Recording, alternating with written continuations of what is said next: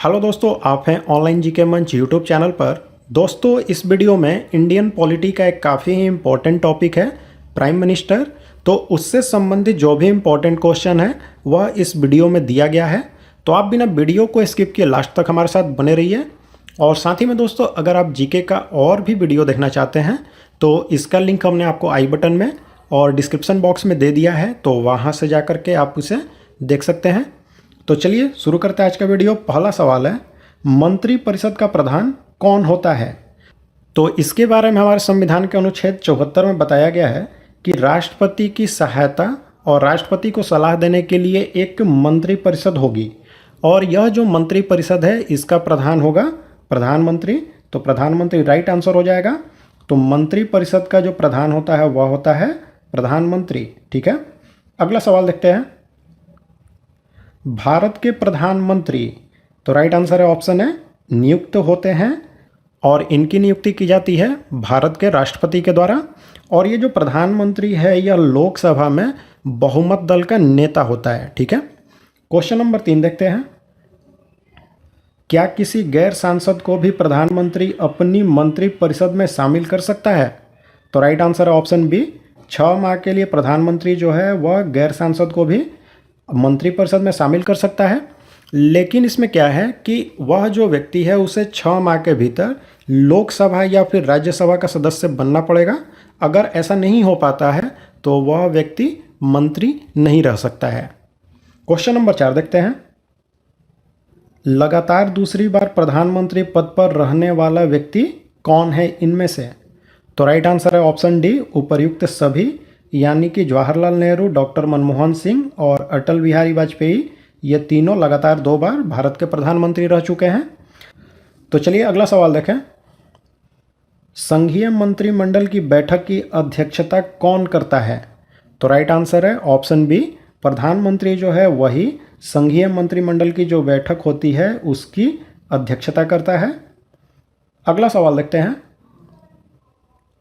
आमतौर पर भारत का प्रधानमंत्री होता है, देखिए इसके बारे में मैंने आपको पिछले सवाल में बताया था कि जो प्रधानमंत्री होता है वह लोकसभा के बहुमत दल का नेता होता है। ठीक है, और इसकी नियुक्ति की जाती है राष्ट्रपति के द्वारा। चलिए अगला सवाल देखें। किसी भी व्यक्ति को मंत्रिमंडल में नहीं रखा जा सकता है जब प्रधानमंत्री यह कह दे कि उसे निकाल दिया जाए।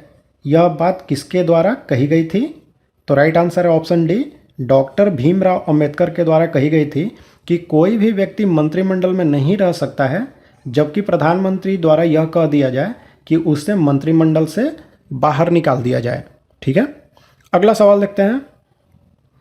किस प्रधानमंत्री ने एक बार पद से हटने के बाद दोबारा पद संभाला था? तो right answer option C, Indira Gandhi जो हैं यह एक बार पद से हटने के बाद दोबारा इन्होंने प्रधानमंत्री का पद फिर से संभाला था। चलिए अगला सवाल देखें। संसदीय शासन प्रणाली में वास्तव में सरकार का प्रमुख कौन होता है? तो राइट आंसर है ऑप्शन है, प्रधानमंत्री जो होता है वह संसदीय प्रणाली में सरकार का वास्तविक प्रमुख होता है, और राष्ट्रपति जो होता है यह राज्य का प्रमुख होता है। तो इस अंतर को आप याद कर लें कि जो प्रधानमंत्री होता है वह सरकार का प्रमुख होता है वास्तविक, और राष्ट्रपति राज्य का प्रमुख होता है। ठीक है, अगला सवाल देखते हैं। संसदीय शासन प्रणाली सबसे पहले किस देश में विकसित हुई थी? तो संसदीय शासन प्रणाली जो है वह सबसे पहले विकसित हुई थी ब्रिटेन में। तो राइट आंसर ऑप्शन है। अगला सवाल देखें। भारत की पहली महिला प्रधानमंत्री कौन थी? तो राइट आंसर है ऑप्शन बी, इंदिरा गांधी जो थी वह भारत की पहली महिला प्रधानमंत्री थी। ऑप्शन ए में सरोजिनी नायडू का नाम दिया है, तो यह भारत की पहली महिला राज्यपाल थी। चलिए अगला सवाल देखें। नीति आयोग का पदेन अध्यक्ष कौन होता है? तो इसका आंसर जानने से पहले नीति आयोग के बारे में कुछ बातें जान ली जाए। तो यह जो नीति आयोग है यह भारत में योजना आयोग के स्थान पर आया था, और इसकी स्थापना हुई थी 1 जनवरी 2015 को। ठीक है, और यह जो नीति आयोग है इसका पूरा अर्थ होता है national institution of transforming India, और इसके पदेन अध्यक्ष होते हैं भारत के प्रधानमंत्री। ठीक है, और वर्तमान में नीति आयोग के जो सीईओ हैं उनका नाम है अमिताभ कांत।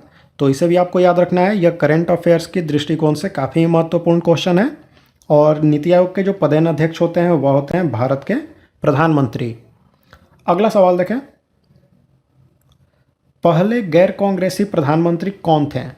तो राइट आंसर है ऑप्शन सी, मोरारजी देसाई जो थे वह पहले गैर कांग्रेसी प्रधानमंत्री थे। लेकिन भारत में पहले पूर्ण गैर कांग्रेसी प्रधानमंत्री थे अटल बिहारी वाजपेयी। ठीक है, तो इस क्वेश्चन को आपको याद रखना है कि पहले गैर कांग्रेसी प्रधानमंत्री थे मोरारजी देसाई। लेकिन अगर एग्जाम में आए कि पहले पूर्ण गैर कांग्रेसी प्रधानमंत्री कौन थे, तो वह थे अटल बिहारी वाजपेयी। और मोरारजी देसाई जो थे यह भारत के सबसे उम्रदराज प्रधानमंत्री भी रहे। यह 81 साल की उम्र में भारत के प्रधानमंत्री बने थे। और ये मोरारजी देसाई जो थे यह पहले ऐसे प्रधानमंत्री थे जिन्होंने अपने पद से इस्तीफा भी दिया था। ठीक है, तो इसे भी आप याद रखें। अगला सवाल देखें, भारत में एक व्यक्ति कितनी बार प्रधानमंत्री बन सकता है? तो राइट आंसर है ऑप्शन है कितनी भी बार, यानी कि इसके बारे में कोई पाबंदी नहीं है कि एक व्यक्ति भारत का प्रधानमंत्री कितनी बार मैक्सिमम बन सकता है, वह कितनी बार भी भारत का प्रधानमंत्री बन सकता है। अगला सवाल देखें, प्रधानमंत्री बनने की न्यूनतम आयु क्या है? यानी कि किसी भी व्यक्ति के प्रधानमंत्री बनने के लिए कम से कम आयु कितनी होनी चाहिए? तो राइट आंसर है ऑप्शन सी, 25 वर्ष की आयु होनी चाहिए कोई भी व्यक्ति को प्रधानमंत्री बनने के लिए। अगला सवाल देखते हैं, कौन ऐसे भारत के प्रधानमंत्री बने जो सबसे कम समय तक एक कार्यकाल में प्रधानमंत्री पद पर रहें? तो राइट आंसर है ऑप्शन बी, अटल बिहारी वाजपेयी जो थे यह सबसे कम समय के लिए एक कार्यकाल में प्रधानमंत्री रहे। इनका जो सबसे छोटा कार्यकाल था वह था 13 दिन का। यह कार्यकाल था उनका 16 मई 1996 से लेकर के 1 जून 1996 के लिए, जो कि 13 दिन का इनका कार्यकाल था। और यह भारत के किसी भी प्रधानमंत्री का अभी तक का सबसे कम समय का कार्यकाल है। अगला सवाल देखते हैं दोस्तों, राष्ट्रीय विकास परिषद का अध्यक्ष कौन होता है? तो राइट आंसर है ऑप्शन बी, भारत का जो प्रधानमंत्री होता है वही राष्ट्रीय विकास परिषद का अध्यक्ष होता है। और यह जो राष्ट्रीय विकास परिषद है इसका गठन हुआ था 6 अगस्त, ठीक है, 6 अगस्त 1952 ईस्वी को। तो इसको भी आपको याद रखना है। यह क्वेश्चन काफ़ी इंपॉर्टेंट है कि राष्ट्रीय विकास परिषद की स्थापना कब हुई थी, तो 6 अगस्त 1952 को। और इसके अध्यक्ष होते हैं भारत के प्रधानमंत्री। अगला सवाल देखें, लोकसभा चुनाव में पराजित होने वाले पहले प्रधानमंत्री इनमें से कौन हैं? तो राइट आंसर है ऑप्शन सी, इंदिरा गांधी जो हैं वह लोकसभा चुनाव में पराजित होने वाली पहली प्रधानमंत्री हैं। यह 1977 में जो लोकसभा का चुनाव हुआ था उसमें यह समाजवादी नेता जो थे राजनारायण, उनसे चुनाव हार गई थी। अगला सवाल देखें, निम्न में से किस प्रधानमंत्री ने अपने कार्यकाल के दौरान संसद का सामना नहीं किया, यानी कि संसद में उपस्थित नहीं हुए अपने पूरे कार्यकाल के दौरान? वह कौन प्रधानमंत्री हैं भारत के? तो right answer option B, Chaudhary Charan Singh वह प्रधानमंत्री हैं जो कि अपने पूरे कार्यकाल के दौरान संसद में कभी भी उपस्थित नहीं हुए थे। अगला सवाल देखें, यदि भारत का प्रधानमंत्री संसद के उच्च सदन का सदस्य है तो क्या होगा?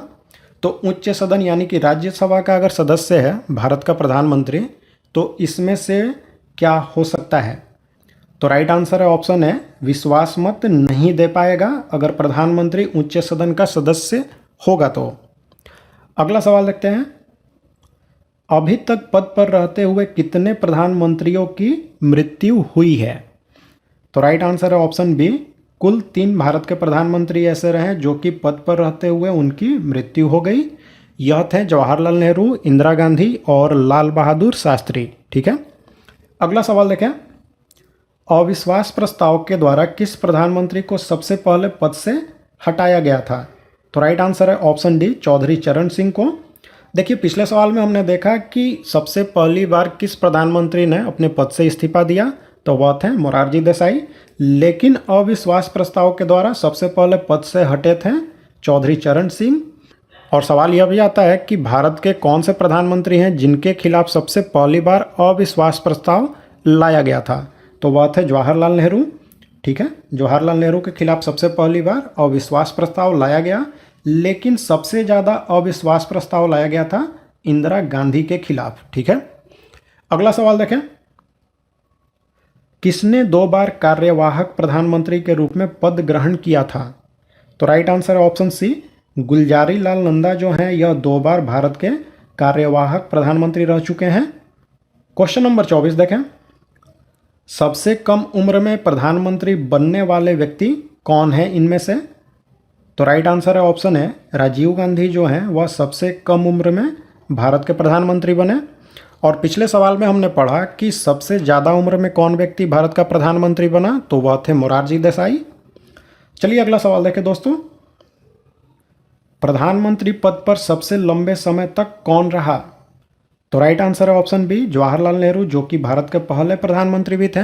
इनका कार्यकाल सबसे लंबा था, यह था 16 वर्ष 9 महीना 12 दिन का। ठीक है, अगला सवाल देखते हैं, प्रधानमंत्री पद से इस्तीफा देने वाले पहले व्यक्ति कौन थे। तो राइट आंसर है ऑप्शन डी, मोरारजी देसाई थे भारत के पहले प्रधानमंत्री जिन्होंने अपने पद से इस्तीफा दिया था।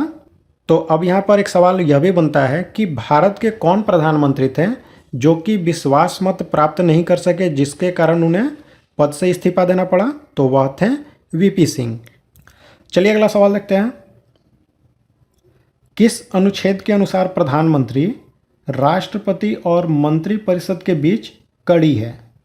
तो राइट आंसर है ऑप्शन बी, अनुच्छेद 78 के अनुसार प्रधानमंत्री जो होता है वह राष्ट्रपति और मंत्रिपरिषद के बीच में एक संवाद की कड़ी होता है। ठीक है, तो दोस्तों ये थे पॉलिटी के कुछ इंपॉर्टेंट क्वेश्चंस। तो अब आप लाइक और कमेंट करें और हमें बताएं कि आपको ये वीडियो कैसा लगा। और साथ ही में दोस्तों अगर आप हमारे चैनल का वीडियो पहली बार देख रहे हैं तो हमारे चैनल को सब्सक्राइब कर लें और बेल बटन का आइकन भी प्रेस कर दें, जिससे कोई भी आने वाली वीडियो आपसे मिस ना हो। तो चलिए मिलते हैं सामान्य ज्ञान के एक और नए वीडियो के साथ।